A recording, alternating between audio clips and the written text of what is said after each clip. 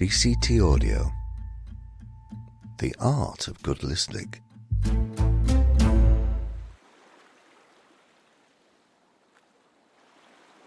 For centuries, the ocean has held a fascination with man. Exploration and the discovery of new continents, from Cortes and Columbus to the modern day. But yet, we know so little about the world that covers 71% of the Earth's surface. The ocean holds about 96% of all Earth's water. That's a volume of 320 million cubic miles. 37 of the 50 critical minerals can be found in the ocean and play a significant role in our national security, economy, renewable energy development and infrastructure. The ocean influences and regulates the Earth's climate, acting like the planet's heart, circulating vital heat and moisture around the globe. And less than 10% of the world's oceans have been mapped. Clearly, the ocean plays a significant part in all our lives, but none more so than for Jamie Doxey, a former Royal Marine Commando who has battled with his own mental fitness. His love of surfing gave him purpose and helped him to live in the present moment. So powerful was his own experience that he decided to set up his own company, Operation Poseidon, offering surfing retreats to people that perhaps struggle with their own mental fitness. I caught up with Jamie on the beautiful beach at Saunton Sands in Devon, where he was briefing his latest group of beneficiaries. If anybody doesn't feel comfortable doing the paddle out, that's absolutely fine. However, what I really want to do is get you out the back, sitting on your boards, relaxing and taking in every moment of the surf therapy. Finale! Woo! Everybody ready? Anybody got any questions? Let's go.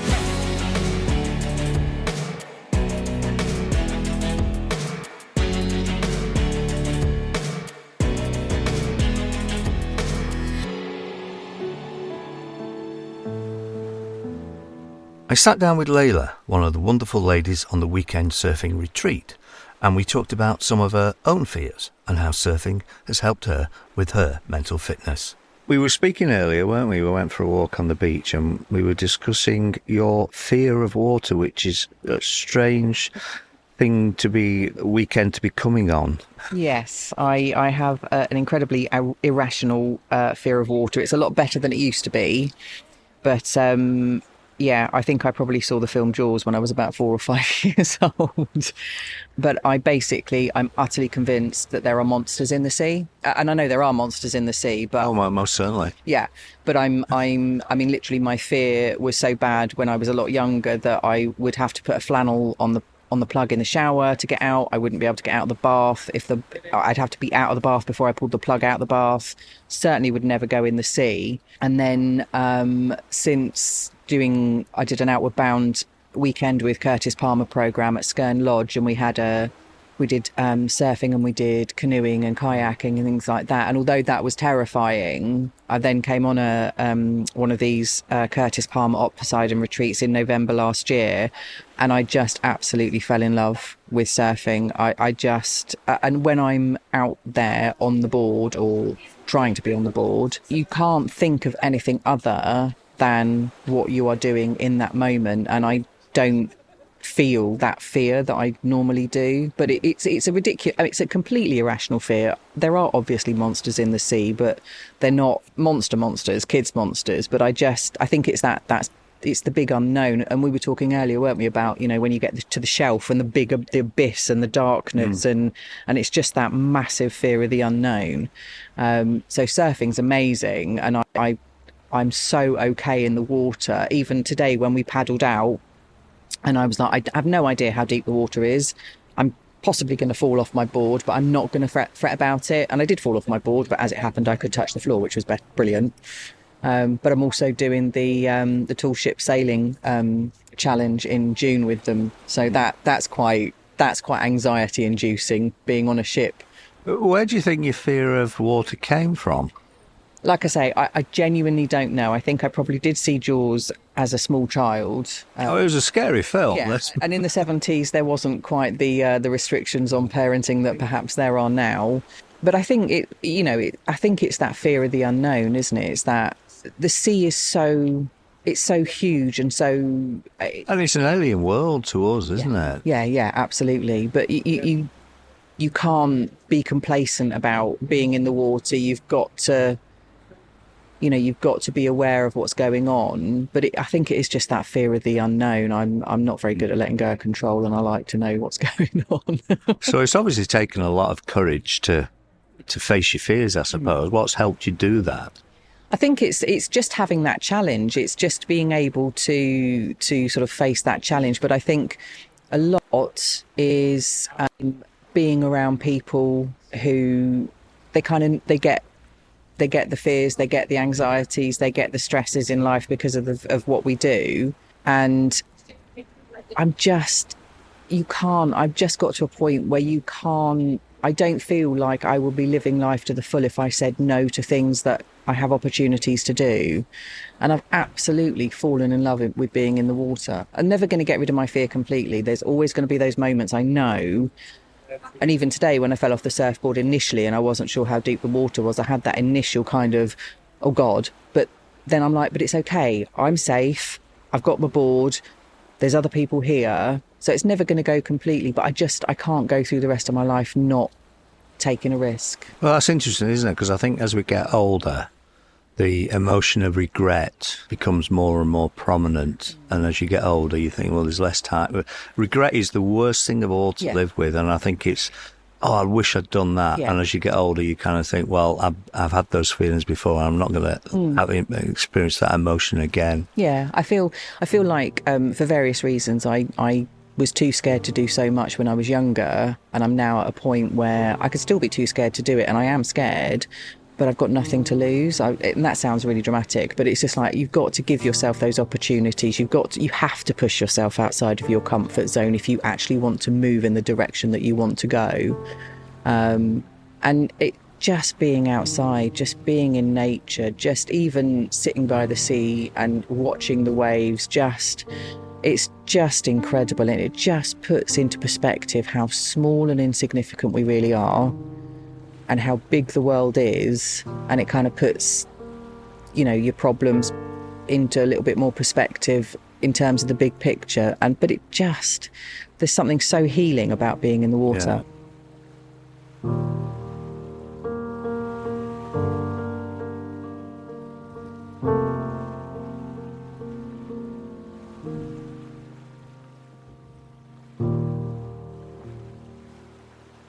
Hello, Gemma. I know you've been involved with the Curtis Palmer programme for several years now. What is it that brings you to the charity? What makes you keep coming back to it? So yeah, I've done quite a few things with Curtis Palmer, and essentially was drawn to it because I wasn't in a great place and I just needed a bit of an escape from life for a few days. And I went along to one of the Snowdon weekends, hill walking, getting out, and it kind of just made me realise what I'd missed since leaving the military days, and how enjoyable getting out in the fresh air, having a chat with people up in the hills, pushing myself a little bit. Also found that experience I drew on from back in my army days, I was able to help some other people, and that really helps me because I feel like I have a bit of a purpose, and sometimes in life you forget what that is. So yeah, I get quite a lot out of it, and I've been given some really good opportunities through Curtis Palmer over the years as well, which I'm grateful for. Now we're here on Croy Beach. We were at Salton Beach yesterday, surfing weekend with Jamie and Poseidon. I don't think this is the first one you've been on, eh? No, I'm a repeat offender on this on the surf trips. Really fallen in love with what the weekend's about, and everyone's been that slightly different experience through the different people that have come along them. The weather, progress I've made through surfing. I'm not quite sure I can call myself a surfer yet, but I can stand up on a surfboard, and yeah, they're just really, really enjoyable, great weekends to come on. So what is it about surfing that does it for you, I suppose? It was initially the challenge of learning something new that I'd never had the confidence or opportunity to try before. And through earlier stuff with Curtis Palmer, I'd done a bit of cold water therapy and stuff, so that was the kind of spark of the interest initially. But there's something kind of just cool about being out in the waves and achieving. You know, when Jamie sets out his his learning points, his teaching points, and being able to put those together, and having that sense of accomplishment. But you know, even the days when I didn't manage to get up onto my board, just feeling that water lift you, feeling the exhilaration as you go through the water towards that beach, the laughs, the smiles, it's kind of just fills you back up a little bit. It's great. I think we were talking earlier about really just put you in the moment, because the concentrations levels needed to stay on the board kind of blocks out everything else that might be going on in your head at the time. Yeah, there's something like you go out there, you've got in your head, you've got your teaching points, you know, paddle, catch that wave, you know, and yeah, you clear your mind of everything else. So for that duration of being in the water, you're literally just focused on what you're doing. And there's been times, I think, some real significant moments when on other trips where we've paddled out and we've just sat on our boards in that ocean, sea, whatever, in the water, bobbing along, you know, the rain, whatever. It's just, yeah, you kind of can't think about what else is going on in life, and it's kind of magic, really. Now, we were all enjoying ourselves yesterday, weren't we? And then it didn't quite go to plan, did it, for you? No, I had a little bit of an accident. Headed back out after our lunch into the surf, into the water, started doing what Jamie's been teaching us, paddling, and got a little bit overexcited, got up on my feet. Not for the first time yesterday, by the way. And we did notice. And yeah, my board came out from under me, and I've landed awkwardly, and I've managed to break my foot. So yeah, I've been brought back down a peg or two. But yeah, we did a walk on Friday before we came here, didn't we? And we were talking about a challenge I was supposed to be doing in about 7 weeks' time, which is clearly going to go on the back burner.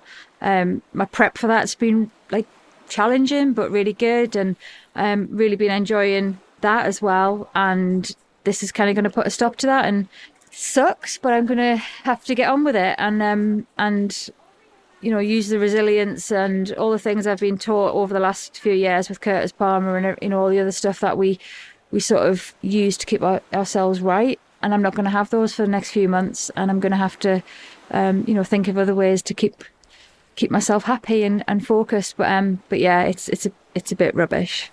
It's a good point you raise, actually, because knowing you as I do, I should imagine this has severely frustrated you. I'm being polite in the way I described that, but I guess in some of the experiences that you've had with Curtis Palmer have probably made that experience a little bit easier to deal with, perhaps. It is frustrating, and you are right. That's not the not the usual way I would describe it. But I say all the things that I use to keep myself mentally well, my fitness, my training, my exercise, my challenges, I'm not going to be able to do.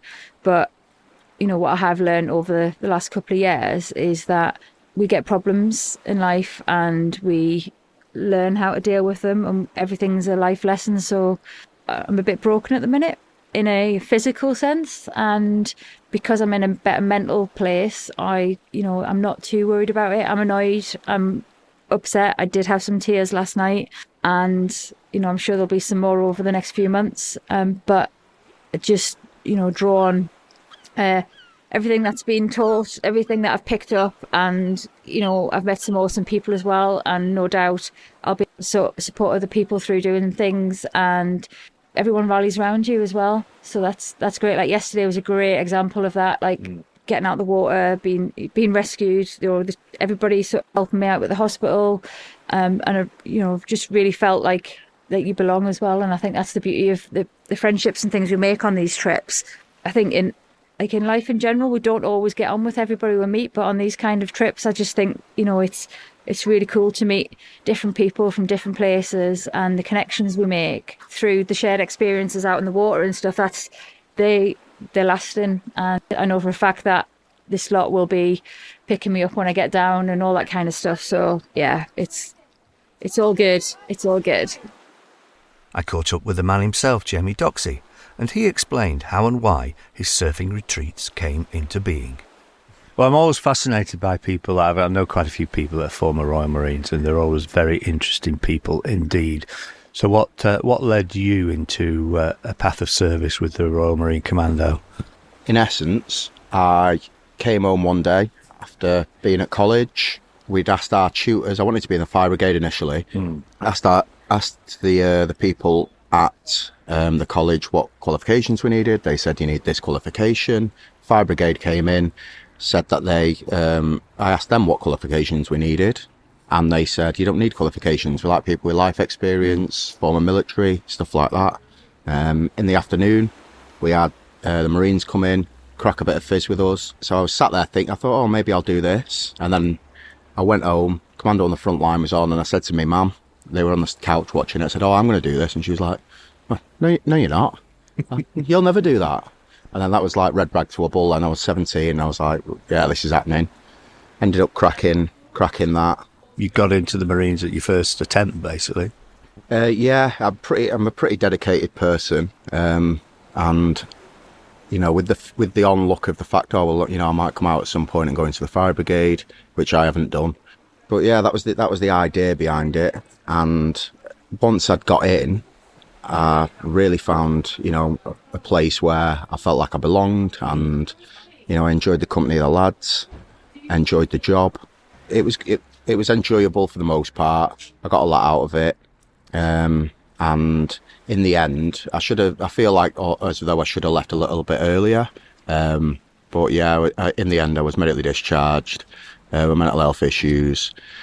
So I was based at Chivenor at the time. But not too far away from here. No, that's right, yeah. So while I was at Chivenor, I made the most of the fact that we had surfing available. And when I was in the Marines, I was a diving supervisor and dive instructor. And while I was on the supervisor course, I had spinal and neural bend. I was doing a dive, 40 minutes, 40 metres, 8 minutes of deco. Long and short of it was I had that spinal and neural bend, fast rib back to shore, into the chamber. Yeah, I was in and out of consciousness, bits like that. And at that point then, that stopped me diving.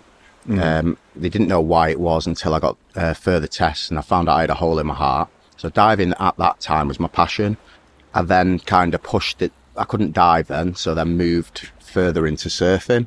While being based here at Chivenor was like, you know, that perfect example of that, like breeding ground really for surfing. So yeah, really put my passion into that.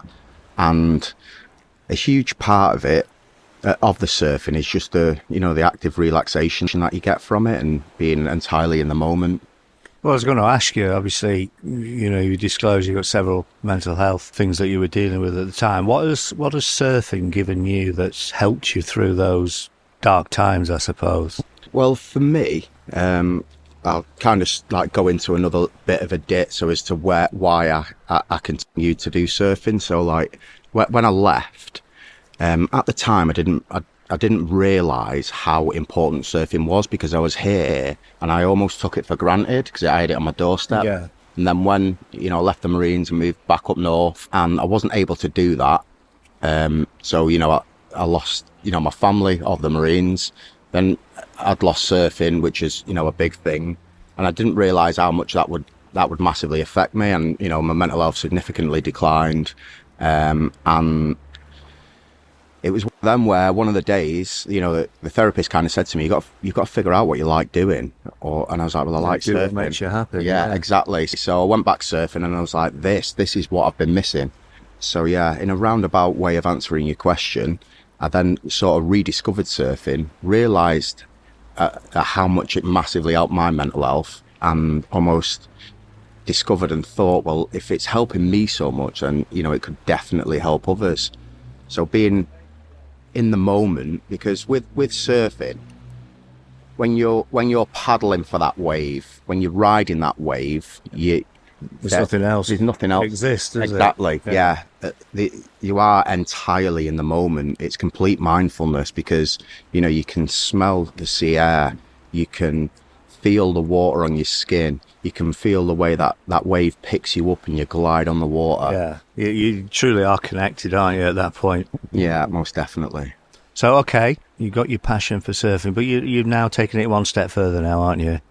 Yeah, so with realising that surfing massively helped me. I've got a passion, from being in the Marines. I don't know what it was. The reason, again, another one of the reasons I joined was, I wanted to help people. So that's what I feel like I did. And then I lost that again when I left the Corps. So by setting up Op Poseidon, I've seen how much it can help me, and I've realised that it can definitely help other people. So tell us about Op Poseidon then.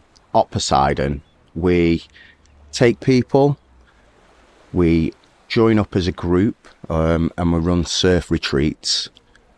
So these are largely based in sort of the northeast coast, Scarborough, Saltburn, Caton Bay, and then we run them in Devon as well, on the North Devon coast, and we also run them in Cornwall.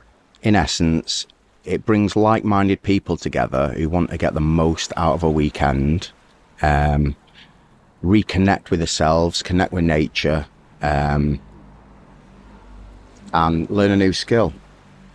So I've lined up Op Poseidon with the NHS's 5 steps to mental well-being.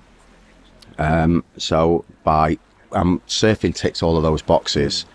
So you've got, you have the fact that you're learning a new skill, and you're concentrating on something else other than your own sort of problems. Yeah. Again, being mindful, being completely in the moment.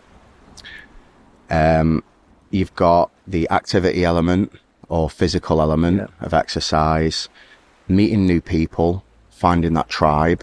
Yeah. And that's one thing that Op Poseidon brings, is that once you kind of come on one of these weekends, everybody connects because you're here for the same reason. But once you leave, you're part of, a WhatsApp group or a Facebook group, so you can keep in touch with each other. Yeah. And after the retreat and the weekend, you can come on another one if you fancy, but there's no obligation to. You can meet up with each other and continue that that passion and that love for surfing that you found. Because I don't want to speak for you, but have you enjoyed the weekend? I absolutely have, and it's true what you say. Adversity brings people together, and when I talk about adversity, we're all here. We're all bringing something to the table, aren't we? That we'd perhaps rather not live with, or would try to make things better for ourselves. So we've all come from a common viewpoint, if you will. But it's definitely taken my mind off things, because you are in the moment, you are concentrating so much on just catching that wave, which I still haven't managed to catch properly yet. But we'll get there. And it's amazing just how I was surprised just how physically exhausting surfing is. It's not a sport that looks. It's not like cycling or running. It's not immediately apparent that it is quite taxing on your body, but it is exactly that. Yeah, so that's one of the great elements of it, because it almost forces you to get into that exercise sort of element of it, because you've got the carrying the board element down to the beach or wherever we're going. I strongly recommend, if you go surfing, don't do it on a low tide. There's a few things in life that we can't change: tides and weather. Yeah, those are two of them. I can book most other things, but yeah. So it is exhausting, but that's one of the great parts about it, is that you get in, you have a good workout, and then we have a bit of food, and you have a great evening sleep. Yeah. Like that, I think you mentioned that yourself. Like after a great workout, you had a great sleep. Absolutely, it was probably one of the best sleeps I've had in about 2 years, I have to say. Yeah, but, you don't have to be physically fit to come on one of these courses. It does help, though. But it will help. That's one of the things. It will help. But if you don't do any exercise, I've had a range of people on these surf retreats. I had a 60-year-old lady who had no interest in surfing but was terrified of the sea, and she said, the main thing that I want to get out of this weekend is I want to get over my fear of the sea. And by the second day, after a third surf lesson, she was in the water, having the time of her life and riding waves on her knees. Bless her. So yeah. Wow.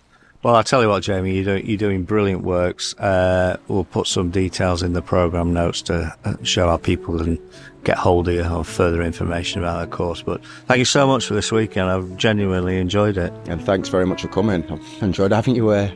Cheers, mate. Bye. What Jamie is doing is amazing. He is amazing, and so are the kind souls that take part in his surf retreats. It reminds me of a passage written by the American writer Henry David Thoreau. However mean your life is, meet it and live it. Do not shun it and call it hard names.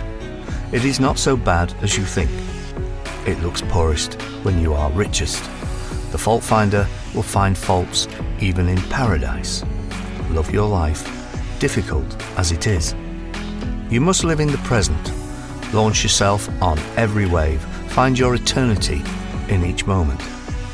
Fools stand on their islands of opportunities and look forward towards another land. There is no other land.